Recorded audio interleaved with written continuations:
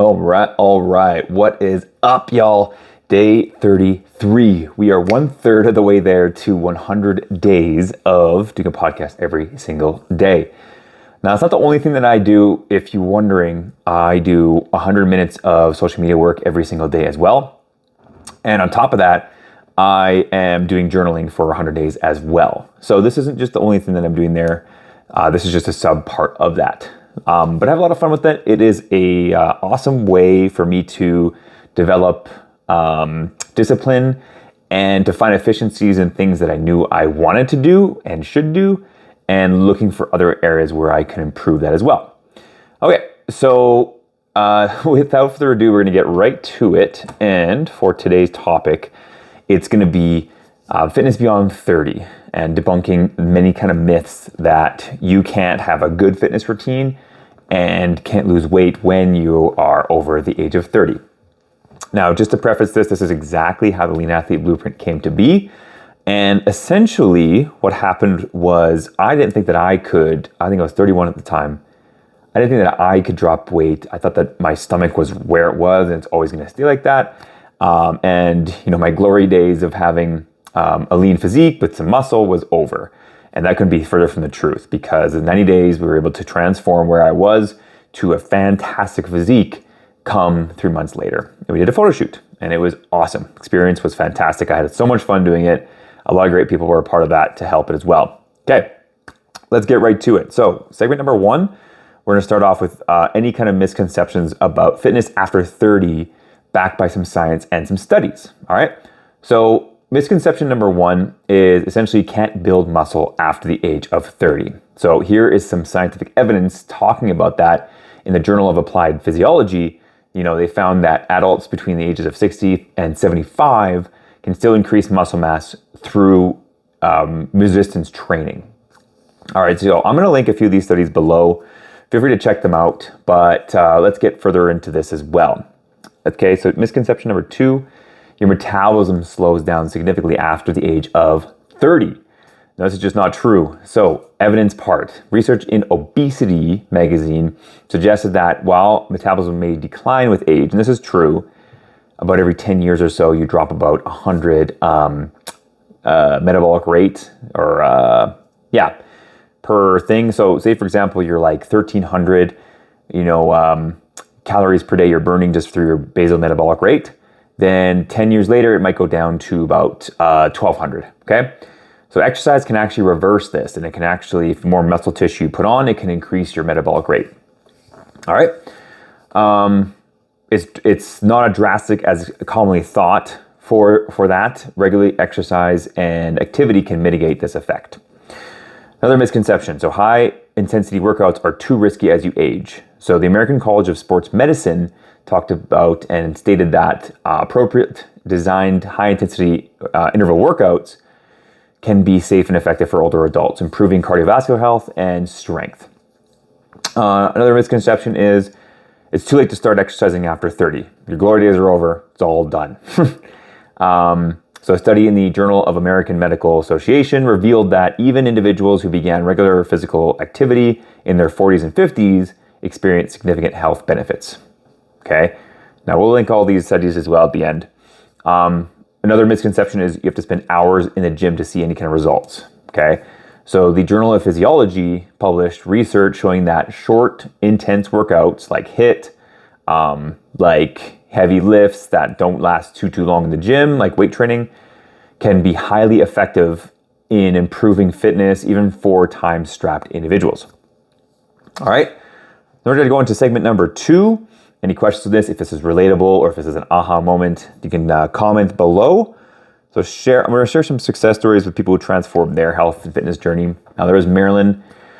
She came to us and she was just overwhelmed. She needed some accountability. She was going to a gym already, doing lots of cardio, but she wanted to add weight to it, and she wanted to clean up her nutrition. Now, one of the things I wanted to talk about with that is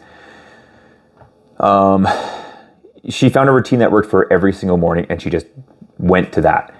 And we figured out her calories. We figured out how many times a week she should be training to avoid overtraining and to get the best results. And she lost 20 pounds, and she's still there as a result of all the hard work that she put in, which is awesome. Mr. Ross, he dropped 15 pounds within the 90-day period. He is in his 40s, and we got him to a point where he had a six-pack, right? Phenomenal results with this guy. So really, really excited and proud of, all the people that I've helped before who aren't quite in their 20s, who can see results if they just look at a dumbbell. Now you might look at a cupcake and you'll notice that maybe you'll get, 5 pounds heavier, or all the weight goes to your gut as soon as that happens. So let's debunk a lot more of those for after 30 fitness, okay? Adapting your workout routines as your body ages. So things will change, even if you're in marketing, if you're in finance, the forecast changes for everything to do with that, right? So one of the things is sarcopenia is something that changes. It's the loss of muscle and strength over time, right? And that's just a time variance that occurs. So resistance training can stimulate muscle growth. It can combat the sarcopenia, which is, again, where they take away and you lose muscle mass as well. So Age and Aging study supports this. You can check that out as well. Bone density can decrease, leading to osteoporosis risk. Women are more likely susceptible to this than men are. Weight-bearing exercises, walking, and even resistance training especially, can enhance bone density. So keep that in mind. The Journal of Strength and Conditioning research backs that up. So lots of awesome studies here. I'm going to be posting those as well. Metabolism. So the misconception of this is metabolism rate tends to slow down. And this is true. Regular exercise, regular physical activity, especially with a mix of cardio and resistance training, helps maintain a healthy metabolism. Also, not yo-yoing with your weight. Like I've done before, it can be very, very difficult if your weight fluctuates a lot over a period of time. You go through different phases of your life. We get that. But losing that after you've gained it back so much can be a little problematic. So keep that in mind. Low impact exercises like swimming, cycling, and strength training improves joint function. Studies in arthritis care and research affirms this. Cognitive function, so cognitive decline. Now this is a big one. When I used to write the workouts for Orange Theory Fitness, what we did as a part of this is we would actually listen to experts, doctors, physiologists, even neuroscientists, which is really, really awesome. So they took a group of older adults and they got them to start with 5 minutes of walking, and that would increase every week by 5 minutes until they hit 40 minutes. And what they noticed and what the results were is that the people who were in the study, they had less gray matter occur with them as well.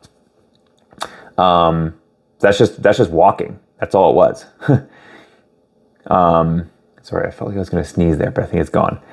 So yeah, that's just walking. One of the easiest habits to pick up is just that, and it can decrease gray matter, improving your memory, improving your decision making, improving your mood especially. So that's all part of the mindset, which is awesome. Joint health. So cartilage wears down, increasing joint issues. Low impact exercises like we talked about will help with that. Did I mention that already? I think I did. I'm just going through this list that we made here. All right, so heart health. Increased risk of cardiovascular disease can be it. Regular cardio exercises improve heart health, circulation. A journal has a comprehensive study on positive effects. All right, moving on to part of a different segment here is basically segment 4. So the science of aging and exercise. All right, so number 1 of this is going to be exploring physiological changes that occur as we age, how exercise can impact your aging process. All right, so first one's going to be muscle preservation.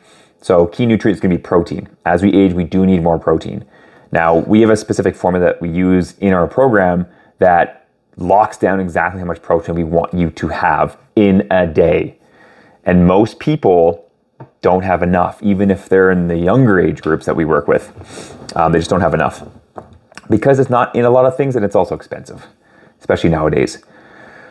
Okay, So its role essentially is preserving muscle mass, which again can increase your metabolic rate, and it also increases your strength and can help decrease sarcopenia, the loss of muscle. Amino acids from protein support muscle repair and growth. Studies in the American Journal of Clinical Nutrition emphasizes that protein's role in muscle health. Number 2 is bone health. Calcium, vitamin D, and vitamin K. So its role, calcium is great for bone structure, vitamin D is great for calcium absorption, and vitamin K can lead for more bone mineralization. So the Journal of Nutrition discusses the importance of these nutrients.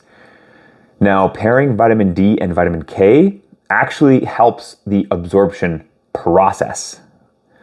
So sometimes if you just take vitamin D, sometimes it can't get transported into the actual bones itself. So vitamin K assists with that, okay? There's a few studies in there. The Journal of Nutrition, of course, can help with that as well. Joint function, we talked about this, but with food, omega-3 fatty acids. So it reduces your inflammation first and foremost, especially if you have a higher EPA count. It'll help reduce body inflammation. If you look at the label, you'll see that. The omega fatty acid, DHA, that one helps with more cognitive functioning, so it allows it to go through the blood-brain barrier and give you that brain energy as well. So studies in arthritis and rheumatism. I thought I was going to say rheumatoid arthritis, but it says rheumatism. Link in omega-3s helping in joint function. Heart health. All right, so fiber. It's going to be super important, omega-3s and potassium. So fiber reduces and lowers cholesterol. Omega-3s reduce cardiovascular risk, and potassium regulates your blood pressure. So research in nutrition reviews supports these connections. Cognitive function, antioxidants, omega-3s, vitamin B, C, and E. Antioxidants protect against oxidative stress. Omega-3s support brain health, like we talked about before, especially if it's got a lot of DHA. I think it's dehexoconaic acid is how it's pronounced. But you'll see at the back of the label. It's harder to find those. Usually it has more EPA, which is still good, but you want to aim for about 1,500 to 2,000 milligrams of EPA and DHA combined daily. If you're eating lots of salmon, you don't have to worry about it too much. Salmon, fish, flaxseed, any other omegas, that'll be in that category. And B, C, and E vitamins contribute to cognitive function. So nutritional neuroscience explores these relationships. Skin health. Vitamin A, C, E, and zinc. So antioxidants are the ACE. So just remember that. Vitamin A, C, and E, or ACE. Combat skin aging. Zinc supports wound healing. Also, if you're ill, can help with that as well. So the Journal of Clinical and Aesthetic Dermatology discusses these connections. All right, let's move on. Mindset matters. Yeah, talked about that. Highlighting studies, good. So mindset matters, overcoming age-related fitness obstacles, okay? I think we're good with that. That looks good to me. Okay. Okay, good. So sometimes as our cognitive functions do decline, sometimes we make decision-making errors, right? Which could come up. Now, exercising can improve your overall mood. What it does essentially is it allows the blood sometimes to run back and forth between you. And it can help improve your mood and improve your happiness levels as well, right? Okay, so workouts after the age of 40.